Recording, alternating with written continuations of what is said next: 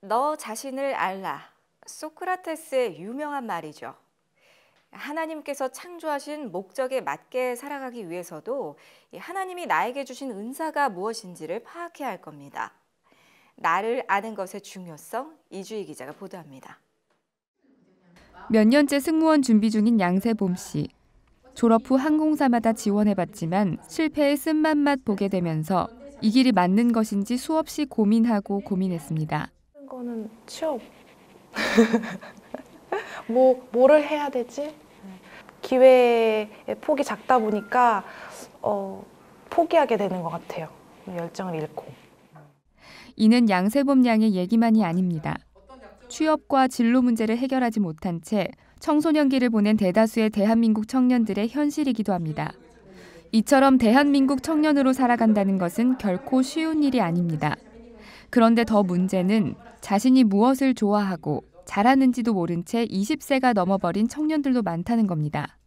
몇 해 전 대학 내일 20대 연구소가 한 조사 결과는 이런 현상을 잘 보여줍니다. 조사에 참여한 청년 290여 명 중 절반 이상이 아직 진로를 결정하지 못했고 진로에 확신이 없다고 답한 겁니다.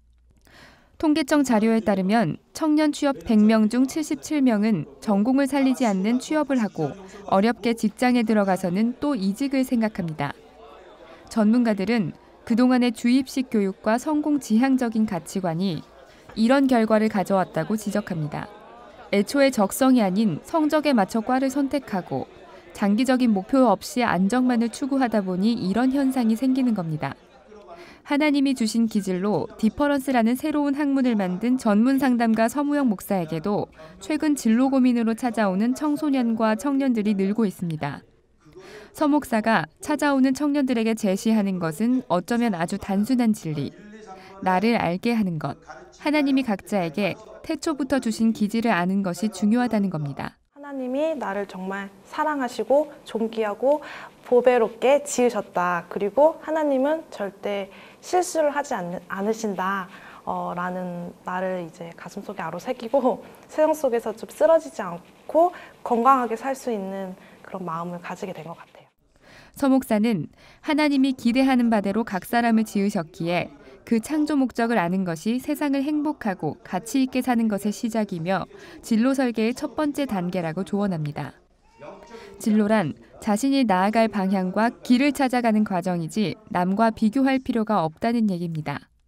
나를 아는 거에 대한 중요성 아무리 강조해도 지나치는 법이 없는데 삶을 좀 더 하나님께서 지으신 모습대로 더 충실하게 살아갈 수가 있고 알게 되기 때문에 이제 몰랐을 때 겪는 시행착오 같은 것을 훨씬 현저하게 줄일 수가 있죠. 하나님이 나를 지으신 목적과 소명을 깨닫는 것, 그분이 지으신 내 모습이 귀한 것처럼 모든 사람을 인정하는 것, 거기서부터 행복은 시작될 것입니다. CGN 투데이 이주희입니다.